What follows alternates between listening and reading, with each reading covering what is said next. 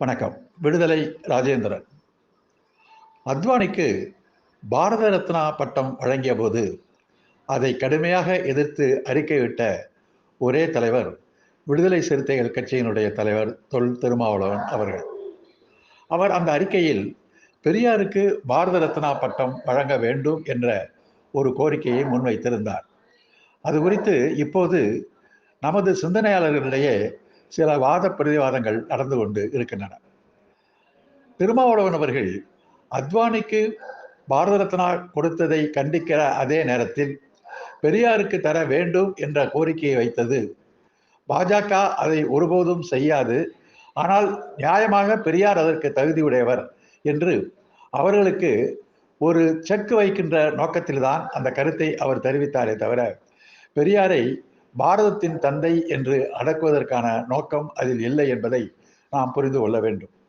பெரியார் நூற்றாண்டு விழா கொண்டாடப்பட்ட போது அன்றைக்கு ஜனதா கட்சி அமைச்சரவையில் இருந்த ஜனசங்கத்தை சேர்ந்த ஒரு அமைச்சர் தான் பெரியாருக்கு அஞ்சல் தலையை வெளியிட்டார். அதை நாம் அப்போது ஏற்றுக்கொண்டோம்.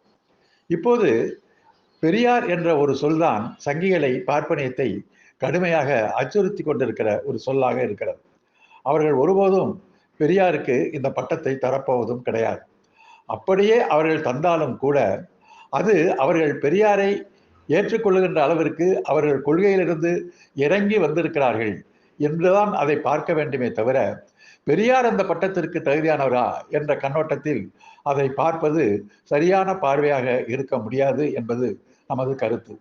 ஒரு 10 ஆண்டுகளுக்கு முன்பு சுப்பிரமணிய சாமி தான் பெரியாருக்கு பாரத ரத்னா பட்டம் தர வேண்டும் என்ற ஒரு கருத்தை முன்மொழிந்தார். இன்றைக்கு சங்கிகளும் பார்ப்பனியமும் ஒரு காலத்தில் இடஒதுக்கீட்டை கடுமையாக எதிர்த்தவர்கள் மோடி பிற்படுத்தப்பட்டவர், நாங்களும் இடஒதுக்கீட்டை ஆதரிக்கிறோம், நாங்களும் பெண்ணுரிமைக்காக பொது சிவில் சட்டத்தை கொண்டு வருகிறோம் என்றெல்லாம் பேச துவங்கி இருப்பது என்பது அவர்களும் கொள்கையிலிருந்து கட்டாயமாக இறங்கி வர வேண்டிய சூழ்நிலையை சமூகம் உருவாக்கி இருக்கிறது என்பதைத்தான் காட்டுகிறது. இந்த பின்னணியில் இந்த பிரச்சனையை திருமாவளவன் பெரியாருக்கு அப்படி ஒரு பட்டத்தை கொடுக்க வேண்டும் என்று சொல்லலாமா என்று பார்ப்பதை விட எந்த கண்ணோட்டத்தில் எந்த சூழலில் அந்த கருத்து முன்வைக்கப்பட்டிருக்கிறது என்பதை டைரக்டிஸாக இயங்கியல் பார்வையில் பார்ப்பதுதான் சரியான பார்வையாக இருக்க முடியும் என்பது நமது கருத்து. சிந்திப்போம். நன்றி, வணக்கம்.